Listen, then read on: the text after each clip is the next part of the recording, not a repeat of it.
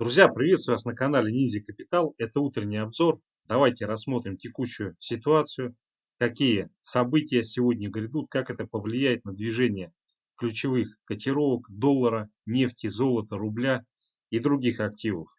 Давайте с календарика начнем. ОПЕК вчера взбодрила цены на нефть. Так, сегодня что у нас ожидается? Во-первых, выступление немецких банкиров. Пока не до конца ясно, как это повлияет на курс евро-доллар. Далее в 11 часов ежемесячный отчет от МЭА. Вот это, кстати, интересно. Но, скорее всего, здесь все прогнозы в части потребления энергии, нефти, газа, они будут вполне коррелировать с мнением ОПЕК, которое было вчера озвучено. Так, ну и сегодня важный день, потому что сегодня выходит статистика по индексу потребительских цен в Соединенных Штатах. Собственно говоря, и некие коррекционные движения на рынке, они именно из-за этого и происходят, потому что инфляция это то, что съедает уже экономический рост. Изначально планировалось ее поднять для того, чтобы оживить экономику, но слишком сильно подняли. Теперь не знают, что делать, хотя периодически чиновники ФРС заявляют, что все под контролем, инфляция будет снижаться. Вопрос только в том, какая инфляция, какая ее составляющая будет снижаться. Итак, сегодня все будет приковано к этому событию. 15:30 базовый индекс потребительских цен в США. Так, ну и вот на самом деле, как обстоят дела с инфляцией. Инфляция в первую очередь затрагивает то, что связано с ежедневным потреблением. То есть это еда, это товары повседневного спроса, и поэтому в значительной степени рост инфляции будет снижать потребление, в том числе и рядовых американцев. Никуда от этого не деться. Ну а снижение потребления в Америке это равносильно катастрофе, потому что там все основано на потреблении. Так, друзья, давайте посмотрим, что там в новостях.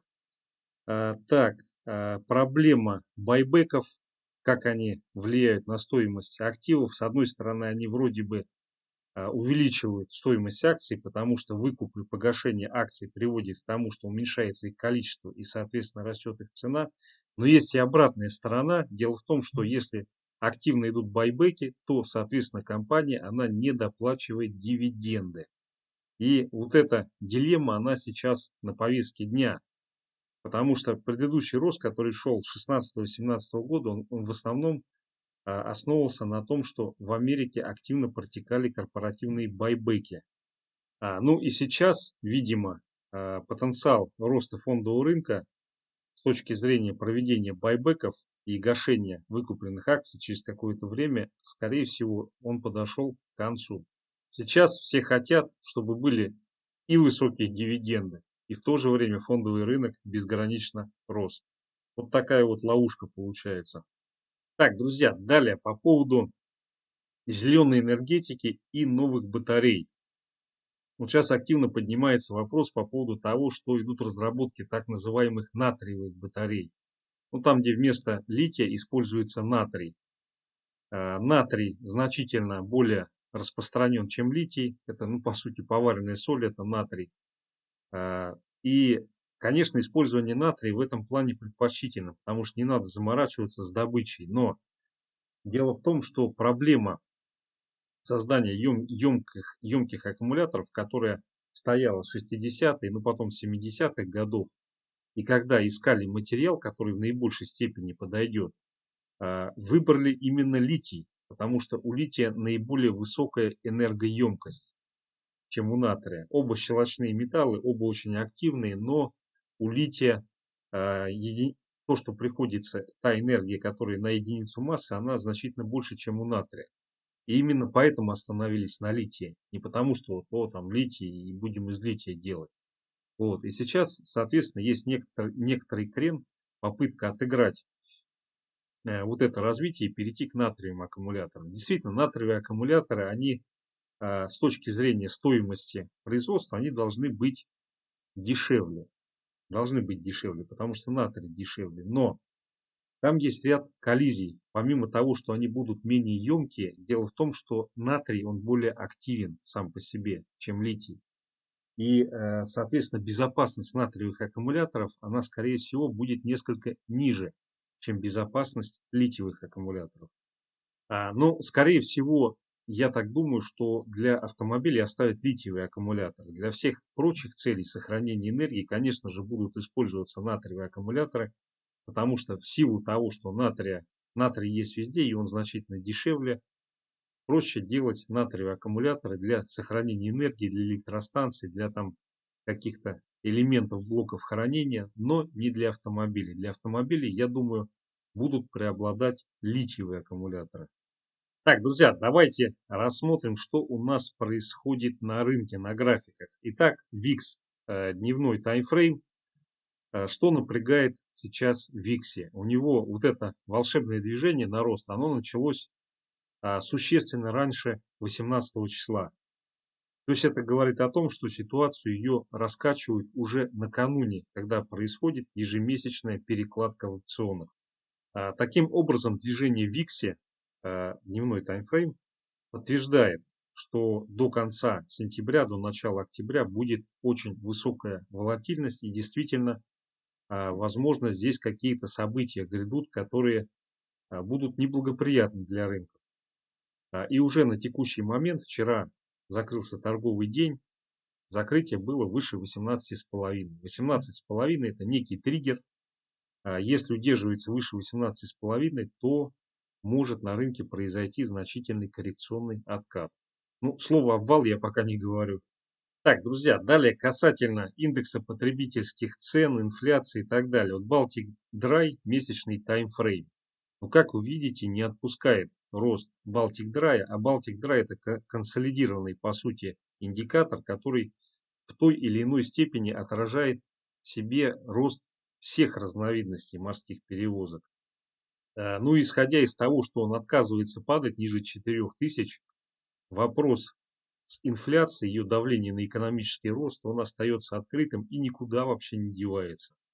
Ну и, кстати, возвращаясь к сегодняшней статистике по Соединенным Штатам, которая в 15:30 выйдет, здесь нюанс заключается в том, что какой бы показатель ни вышел, сейчас, я думаю, временной лаг до начала октября еще остается, и в течение этого времени, возможно, будут какие-то решения приниматься ФРС в части того, как проводить количественное смягчение, как его замедлять, не замедлять, что с ним делать. Почему это так? Дело в том, что 6 сентября федеральные выплаты ковидные закончились. Соответственно, нужно какое-то время для того, чтобы посмотреть, что происходит со снижением безработицы, снижением первичных заявок и как при этом ведет себя инфляция. То есть вот исходя из соотношения этих двух факторов, ФРС, я думаю, в ближайшее время определится уже с конкретными датами, когда они будут тормозить выкуп активов, или они вообще не будут этого делать, не будут трогать до 2022 года, до первого квартала или даже до второго. Поэтому я думаю, вот сейчас в этот диапазон времени, начиная с сегодняшней даты, когда выйдет ИПЦ, ФРС будет анализировать, что происходит с рынком труда, исходя из той инфляции, которая сегодня будет сообщена. И на основании этого будут приниматься кардинальные решения по поводу сокращения выкупа активов. Ну и, возможно, это уже будут решения с какими-то конкретными датами, но не факт, что эти решения будут озвучены сейчас. Так, друзья, далее RGBI, российский индекс ОФЗ, как мы видим, он пытается оттолкнуться и начать расти. Действительно, позиции американских спекулянтов СОТС FTC показывают то, что есть большой интерес к рублю и рублевым активам. Но здесь нюанс заключается в том, что при таких ценах на нефть, вообще как бы при прочих равных условиях, этот интерес к рублю и рублевым активам должен быть, ну, в несколько раз по меньшей мере больше. Вот. И то, что не происходит такого роста, это говорит о том, что есть какие-то скрытые факторы, которые пока в полном объеме не показали. Так, друзья, далее S&P, это SFD на фьючерс, S&P дневной таймфрейм. Что мы видим? Ну, мы видим то, что вчера, в общем-то, вот это падение, которое развивалось на прошлой неделе, оно остановилось. Оно остановилось и очень мощно откупили S&P. 4450 так пробить и не дали. Это очень хорошо, потому что это говорит о том, что еще какое-то время, по крайней мере, до конца этой недели, весьма вероятно будет попытка консолидироваться и немножко отскочить. Но здесь уровень 4450. Если этот уровень пробивается, то дальше идет движение уже, возможно, даже очень резво вниз. Пока то, что у нас было, это только небольшие проколы и ложные пробои уровня. Так, друзья, ну и далее газ. Давайте сразу возьмем месячный таймфрейм. Тут размениваться на мелочи, там какие-то дневки и часовики смысла нету. Ближайшая цель движения это 6,5. Вчера в вечернем выпуске я озвучивал, какие могут быть факторы, которые усилят газовую истерику. Но это холодная зима и то, что по сути сейчас весьма вероятно будет цикл снижения общемировой температуры. То есть мы вот сейчас жили в цикле, когда росла температура, уже достаточное количество лет прошло при росте среднегодовой температуры, и сейчас, ну, в силу тех циклических закономерностей, которые есть на планете, предполагается, что пойдет снижение среднегодовой температуры. Ну, а топят газом и планируют все переводить на газ в силу того, что это промежуточный вариант для зеленой энергетики. Соответственно, по газу здесь могут быть самые жесточайшие варианты. Это и выносы выше уровня 2008 года. Так, друзья, ну вот Китай сегодня торгуется ниже 5000. По сути, выше 5000 ему уйти не дают. Но вот интересный такой момент. Китай признал Сороса сыном сатаны.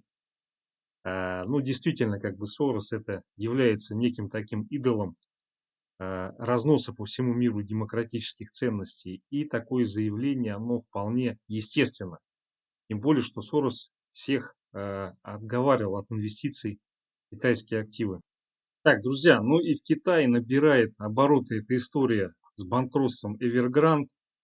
Там поступает самая разная противоречивая информация. С одной стороны о том, что вроде бы китайское правительство стабилизирует положение компании, с другой стороны, что все-таки дефолты по облигациям будут. Соответственно, из-за этого растет недовольство людей. Ну и надо понимать, что это крупнейший застройщик. Соответственно, если он обанкротится, это может по цепочке положить другие крупные компании, вообще экономику Китая. И действия со стороны китайского правительства, как можно было видеть на примере изоляции в случае ковида, они могут быть весьма решительны. И я думаю, решительность этих действий, она не будет во главу стола ставить то, что есть иностранные инвестиции, что с ними делать. Поэтому, с моей точки зрения, китайский рынок очень рискован. Он очень рискован в том плане, что оно все может заморозиться или сгореть. Потому что там начнется кризис и будет волевое решение со стороны китайского правительства. Так, вот еще такой интересный момент. Есть такая штука, как количество нелегальных пересечений границы Соединенных Штатов. И, соответственно, некие коэффициенты, которые описывают эти процессы, они растут вместе с количеством открытых вакансий. Как известно, в Соединенных Штатах растет количество открытых вакансий. И, в общем-то, люди вроде как не спешат, граждане США, устраиваться на работу, вот, но при этом растет и количество тех, кто пересекает границу. Ну, это, в общем-то, может являться критерием того, что наступает кризис, потому что в кризисные моменты такой рост, он уже происходил. Так, друзья, далее то, что касается нефти. Но по нефти идет движение на 75. Соответственно, если у нас не возникает сегодня коррекционный откат с пробитием 72,8, то вполне вероятно мы закрепимся на текущих значениях. И у нас сегодня-завтра сформируется движение, у которого цель будет 75, возможно даже 75,5. Так, друзья, ну и конечно же рубль-доллар. Рубль-доллар застрял на границе 72,65, 72,8. Это часовой таймфрейм USD Tomorrow.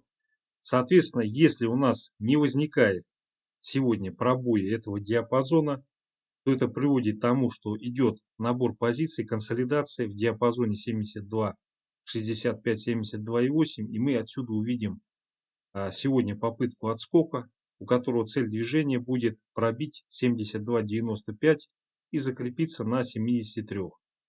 Если же этот диапазон все-таки пойдет и пойдет движение вниз на ослабление доллара, то у нас сегодня будет весьма вероятно тестирование значения 72,1-72.